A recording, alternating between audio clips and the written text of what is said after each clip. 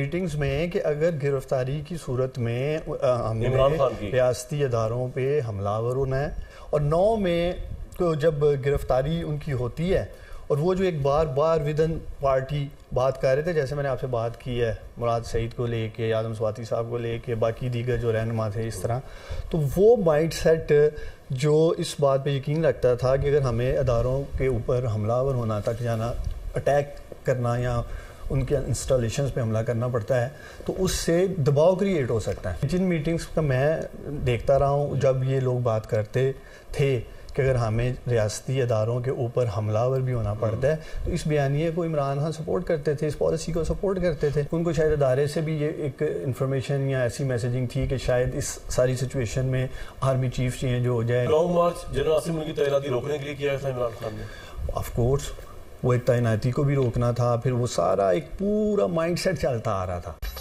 9 मई के वाकयात की planning chairman PTI की जेर सदारत जमान पार्क में हुई। चेयरमैन पीटीआई की गिरफ्तारी की सूरत में हसास आर्मी तंसीबात और इमारतों को निशाना बनाने की हिदायत खुद साबिक वजीर आजम ने दी।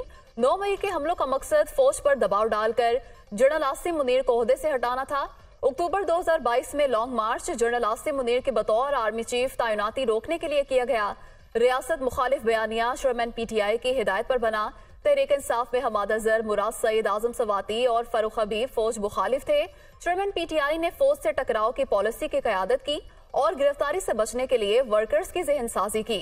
जुडिशल कॉम्प्लेक्स इस्लामाबाद और जमान पार्क में जो कुछ हुआ उसी ज़हन साजी का नतीजा थे। उस्मान डार के दुनिया न्यूज के प्रोग्राम ऑन द फ्रंट में इंकशाफात।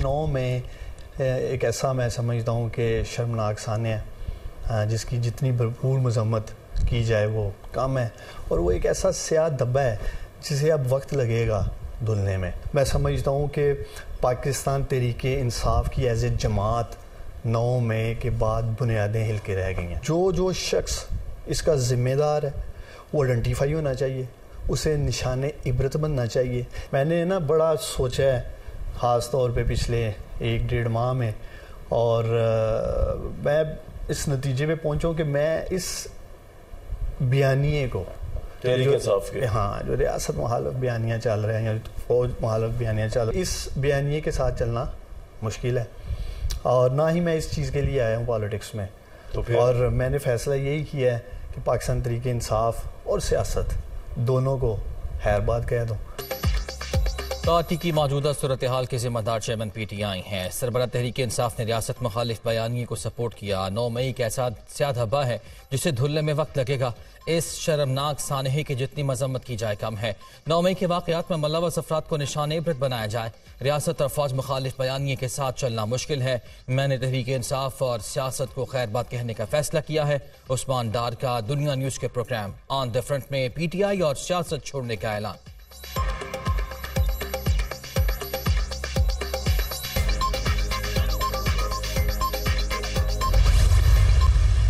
नवाज शरीफ वो कौम का मेमार है जिसने सीपैक और पाकिस्तान के अपने खजाने से अरबों डॉलर खर्च करके बिजली की लोड शेडिंग को खत्म किया।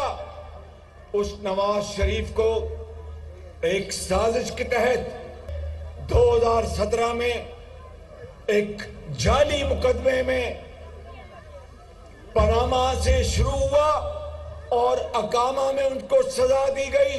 इक़्तिदार नवाज शरीफ से नहीं छीना गया, बल्कि आपका और आपके बच्चों की तरक्की और खुशहाली का सफर, उससे आपको महरूम किया गया। नवाज शरीफ इंतकाम लेने नहीं, कौम के जख्मों पर मरहम रखने आ रहे हैं। जब पाकिस्तान पहुंचेंगे तो अपना मुकदमा अल्लाह पर छोड़ेंगे। आपने मुश्किलात से घबराना नहीं, अल्लाह ने मौका दिया तो आवाम की किस्मत बदलेगी। तरक्की का सफर जहां रोका गया वहीं से शुरू होगा। हमें 4 साल चोर डाकू कहलवा कर माशरे में जहर घोला गया। सऊदी अरब, कतर, चीन, यूएई के साथ ताल्लुकात खराब कर दिए गए। जिन किरदारों ने हम पर जुल्म किया उनके बारे में अच्छी तरह इल्म है। सस्ता आटा, सस्ती चीनी, अस्पताल और मेट्रो बस बनाना जुर्म है तो ऐसे जराइम हजारों बार करते रहेंगे। शहबाज शरीफ का लाहौर में मुख्तलिफ मकामात पर खिताब, आवाम से 21 अक्टूबर को मीनार पाकिस्तान पहुंचने की अपील। नून लीगी रहनुमा के गज्जुमता पहुंचने पर अवाम की जानिब से पुरजोश इस्तकबाल और नारेबाजी। आर्मी चीफ का मुल्की मईशत की बहाली और तरक्की के लिए पाक फौज के हुकूमत के साथ मुकम्मल ताउन के आज़म का यादा। खजाने को मजीद नुकसान से बचाने के लिए निजकारी के अमल को तेज करने पर इत्तफाक। कमेटी का अहदाफ के हुसूल के लिए किए गए इक़दामात पर इत्मीनान का इज़हार। मुख्तलिफ वजारतों की जानिब से सरमायाकारी के फ़रोग़ और मुल्की मईशत की बेहतरी के लिए इक़दामात पर वज़ीर आज़म का इज़हार इत्मीनान। अनवारुल हक काकर का मुल्की मईशत को दरपेश चैलेंजेस पर काबू पाने की अहमियत पर जोर। SIFC की एपेक्स कमेटी के इजलास का एलामिया जारी।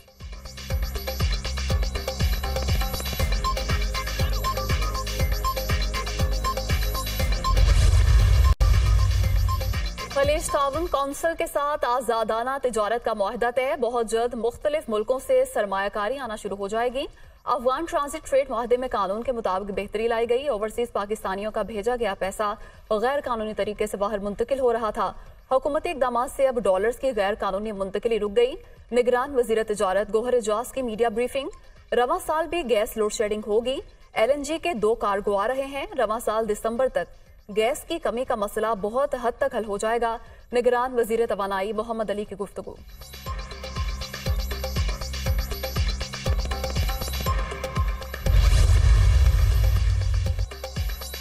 तलब कम होने पर आलमी मंडी में खाम तेल की कीमतों में कमी। ब्रेंट क्रूड ऑयल 86, WTI $84 पर आ गया। कीमतें 2 माह की कम तरीन सतह पर आ गई। मजीद कमी का भी इम्कान। तेल पैदा करने वाले ममालिक का फौरी तौर पर पैदावार कम न करने का फैसला। कीमतों में कमी का रुझान बरकरार रहा तो पाकिस्तान में भी पेट्रोलियम मसनूआत की कीमतें कम हो सकती हैं। दुनिया को मौशी चैलेंजेस का सामना, इसलिए तेल की तलब में कमी हुई। आलमी माहिरीन।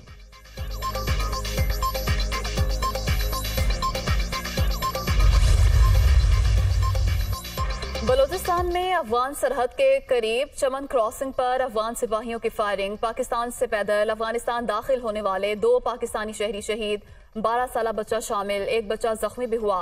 पाकिस्तानी सिक्योरिटी फोर्सेज ने इंतहाई तहम्मुल का मुजाहरा किया। मासूम अफराद की मौजूदगी में जवाबी फायरिंग नहीं की। ISPR। निगरान वज़ीर दाखिला की चमन क्रॉसिंग पर फायरिंग की मुजम्मत। वाक़या अफसोसनाक है। पाकिस्तानी फोर्सेज ने तहम्मुल का मुजाहरा किया। दहशतगर्दी का खात्मा करेंगे। सरफराज बुख्ती।